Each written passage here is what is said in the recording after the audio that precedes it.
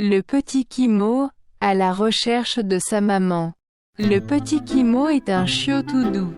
Il vit dans une ferme en Italie avec d'autres animaux et sans sa maman. Sa maman est partie sans dire au revoir. En se réveillant un jour, il réalisa que sa maman n'était pas là. Elle n'était pas dans le panier, ni sous le vieux pommier, ni près du ruisseau où elle aimait boire. On lui racontait qu'elle était partie voir sa sœur. Mais où se trouve sa sœur? Personne ne le sait. Il vit en espérant de la voir revenir un jour. Il l'attend et l'attend. Un jour, il décida de partir à sa recherche, même si cela voulait dire traverser le monde entier. Son voyage commença en Italie, et elle part à Venise. Ma maman est-elle ici? Demanda-t-il aux poissons argentés dans l'eau. Plouf plouf, répondaient les poissons, mais aucun ne savait. Après il arriva à Rome, la ville des dômes dorés, des fontaines majestueuses et des ruines antiques. Kimo sentit son cœur battre fort. Peut-être que quelque chose de très spécial l'attendait ici. Il a cherché mais n'a rien trouvé. Alors il décida de quitter Rome. Ne se décourageant pas, le petit Kimo traversa les montagnes jusqu'en France. À Paris, il renifla les marchés remplis de fromage et de baguettes. Après la France, il se dirigea vers l'Espagne. Il voyagea de ville en ville. Barcelone. Puis à Grenade, il visita l'Alhambra, avec ses palais aux murs sculptés comme de la dentelle.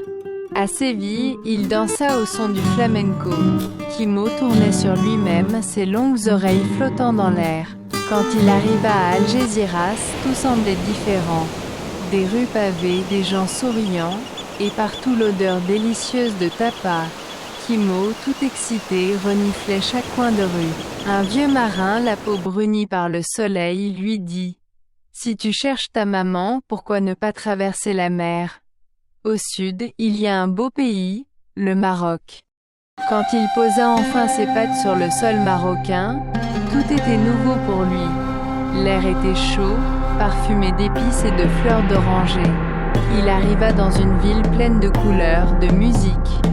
Quand il arriva à Tanger, le vent soufflait doucement. Kimo courut tout droit vers la Médina, ses ruelles étroites et mystérieuses, pleines de petites boutiques colorées. Kimo demanda à un autre chien, « As-tu vu ma maman ?» Le chien bâilla longuement, et c'est du côté de Tétouan. Alors Kimo prit un petit bus qui l'amena jusqu'à Tétouan, une ville d'un blanc éclatant, avec ses ruelles serrées, ses murs lumineux. À Tétouan, tout semblait briller. La vieille Médina était un labyrinthe vivant, classé au patrimoine mondial. Le soir, Kimo grimpa jusqu'à une colline surplombant la ville. De là, tout Tétouan brillait sous la lumière dorée du coucher de soleil. Et sous le ciel immense de Tétouan, il s'endormit, bercé par le vent doux des montagnes. Après Tétouan, Kimo se dirigea vers les montagnes du Rif à Chefchaouen, la ville toute bleue. En cherchant sa mère à côté de la ville, il commença à crier « Maman, maman, t'es où? Pourquoi t'es partie sans moi ?» Soudain, une silhouette étrange surgit entre les arbres. Une vieille dame au nez pointu et au chapeau biscornu tenant un bâton tordu l'observe. « La sorcière, eh bien, que fais-tu ici, boule de poil perdu? Tu n'es pas un loup, toi, hein? Trop mignon pour mordre. » Je cherche ma maman. Elle courait devant et puis, pouf, elle a disparu. Vous l'avez vue? Elle est grande et douce. Une maman, dis-tu? Intéressant, peut-être que je peux t'aider. Mais tout a un prix, petit museau. Un prix? J'ai pas d'argent. Juste une balle en corde et une vieille chaussette. Ah, ce n'est pas d'or que je parle, petit malin. Il me faut un assistant. Un assistant? Je ne sais rien en ça. Mais je ferai de mon mieux si ça me ramène à ma maman. Très bien. Elle fait tournoyer son bâton et une petite lumière verte s'élève dans l'air. Suis cette luciole magique. Elle connaît l'odeur de ta maman. T'as pas besoin de devenir mon assistant. Merci, madame la sorcière. Vous êtes pas si effrayante que ça. Et toi, tu n'es pas si bruyant que les autres chiens. Allez, file. Kimo suit la lumière joyeusement. La sorcière le regarde disparaître entre les arbres, puis murmure en souriant. Il suit la lumière, mais il a dû s'arrêter pour se reposer, et quand il a voulu reprendre le chemin, il a découvert qu'il a perdu la lumière. Triste, il décida de se diriger vers Taza. Quand il arriva à Taza, il découvrit une ville perchée entre deux chaînes de montagnes, entourée de forêts et de falaises majestueuses. Il visita la grande mosquée de Taza, l'une des plus anciennes du Maroc, mais ce qui rendait Taza encore plus mystérieuse, c'étaient les grottes de Friwato non loin de la ville. Il partit avec un guide local qui portait une grande lampe torche. Ils descendirent petit à petit dans les entrailles de la terre. Il posa une question à un animal. « T'as pas vu ma maman? Non. Pourquoi ne pas aller chercher à Fès ?» Il voulait visiter Fès, la ville aux 1000 ruelles étroites. En arrivant, Kimo sentit immédiatement la magie de l'endroit. Les souks bruissaient de vie, les odeurs d'épices, de cuir et de menthe flottaient dans l'air, et les fontaines anciennes murmuraient des histoires oubliées. Alors qu'il déambulait dans la médina de Fès, la plus grande du monde, il arriva devant une vieille bibliothèque aux murs couverts d'arabesques dorées. Devant la porte se tenait un vieil homme. Kimo s'approcha intrigué. « Bonjour monsieur, dit-il poliment. Qui êtes-vous » L'homme sourit d'un air mystérieux et répondit « Je suis Léon l'Africain, voyageur des temps anciens, conteur d'histoires du monde entier. » Kimo écarquilla les yeux. Ce nom, il l'avait déjà entendu quelque part dans les histoires que sa maman lui racontait. Léon l'Africain, ce grand voyageur qui avait traversé les déserts, les mers, les empires. « Que fais-tu ici, petit aventurier ?» demanda Léon avec bienveillance. « Je cherche ma maman. » Léon éclata d'un rire doux. « Alors tu es toi aussi un explorateur, tout comme moi? Viens, suis-moi. » Il le guida à travers les ruelles étroites, lui montrant des merveilles cachées. La Médersa Bouinania, les tanneries, les portes de Fès, gigantesques et décorées de mosaïques éclatantes. Après Fès, il décida d'aller chercher à Meknès. Il prit la route, en direction d'une ville pleine d'histoire, Meknès. Le voyage fut long, mais le paysage était superbe. Il traversa des champs d'oliviers, des collines ondulantes, et sentit l'air devenir plus chaud et parfumé. Quand il arriva à Meknès, la ville l'accueillit avec ses immenses murailles dorées et ses gigantesques portes sculptées. Kimo fut immédiatement impressionné par la porte Bab Mansour, décorée de mosaïques vertes et de colonnes majestueuses. Il se promena dans la vieille médina, plus calme et secrète que celle de Fès. À la fin de sa visite, il se dirigea vers Ifrane. En arrivant à Ifrane, Kimo n'en crut pas ses yeux. Des maisons aux toits rouges pointus, des jardins fleuris, des rues propres bordées d'arbres. On aurait dit qu'il avait voyagé jusqu'en Europe, sans quitter le Maroc. Il commença sa visite par un monument célèbre, la statue du lion en pierre. Après avoir respiré l'air pur d'Ifrane, petit Kimo décida de prendre la route vers l'océan. Il voulait voir une autre grande ville, pleine d'histoire et de lumière, Rabat, la capitale du Maroc. Quand il arriva à Rabat, petit Kimo sentit immédiatement que c'était un endroit spécial. La ville était grande mais paisible, majestueuse sans être bruyante. Il commença sa visite par la Casbah des Zoudaya, un vieux quartier fortifié peint en bleu et blanc.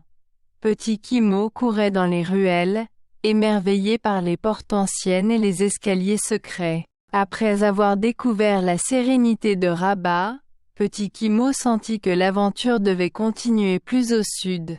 Tout le monde lui parlait d'une ville immense, animée jour et nuit, au bord de l'océan, Casablanca. Quand il arriva à Casablanca, petit Kimo écarquilla les yeux. La ville était énorme. Les rues étaient pleines de voitures, de tramways, de passants pressés, mais aussi de sourires, de couleurs et de rires. Le lendemain matin, Alors que le soleil baignait Casablanca de lumière dorée, Petit Kimo décida de quitter l'océan pour aller vers le sud. Tout le monde lui parlait d'une ville magique, colorée, pleine de chants et de parfums. Marrakech, la perle du Sud. Il commença par explorer la fameuse place Jemaa El Fna. Petit Kimo n'en croyait pas ses yeux. Musicien, charmeur de serpents, conteur, acrobate. La place était un vrai théâtre vivant. Les odeurs d'épices, de brochettes grillées et de jus d'orange frais flottaient dans l'air. Un joueur de guemmerie, un grand instrument à cordes, se mit à jouer une mélodie joyeuse. Petit Kimo, tout content, commença à danser sur ses petites pattes. Les gens riaient et l'encourageaient. « C'est toi la star de Marrakech ce soir », lui dit un vieux marchand lui tendant une figue sucrée. Après cette fête improvisée, Petit Kimo se perdit avec plaisir dans les ruelles de la Médina. Il visita des souks. Il découvrit aussi de magnifiques endroits cachés, comme le palais de la Baïa, avec ses immenses jardins parfumés de roses et d'orangers, et ses mosaïques étincelantes. Le lendemain, il partit explorer les jardins Majorelle. Après avoir vécu tant d'aventures à Marrakech, Petit Kimo décida de suivre la route du sud, toujours plus près de l'océan. Il avait entendu parler d'une ville lumineuse, où la mer caresse le sable doré, Agadir. Le voyage fut long mais apaisant. Petit Kimo voyait à travers la fenêtre les paysages changer. Les palmiers devenaient plus nombreux, les collines plus sèches, et l'air sentait bon l'iode et le vent du large. Quand il arriva à Agadir, c'était comme entrer dans un rêve ensoleillé. La ville brillait sous la lumière, les plages s'étendaient à perte de vue, et les mouettes dansaient dans le ciel. Petit Kimo courut aussitôt vers la grande plage. Le sable était tiède sous ses pattes, doux comme un tapis d'or. Il s'amusa à sauter dans les vagues, aboyant joyeusement sous le ciel bleu. « C'est ici que mon cœur voulait venir », s'écria-t-il en riant, car ce jour-là, Petit Kimo trouva ce qu'il cherchait depuis toujours. Sur la plage, assise à l'ombre d'un grand parasol en paille, il aperçut une vieille chienne, au pelage doré comme le sable. Elle avait des yeux doux remplis d'une tendresse infinie. Petit Kimo s'arrêta net. Son cœur battait très fort. La vieille chienne se leva lentement, s'approcha de lui, et lui toucha doucement le museau. « Mon petit Kimo », murmura-t-elle, c'était sa vraie maman, celle qu'il avait tant cherchée. Elle lui expliqua qu'elle avait été séparée de lui quand il était encore un tout petit chiot pour aller chercher sa sœur. Elle lui dit « Pardon ».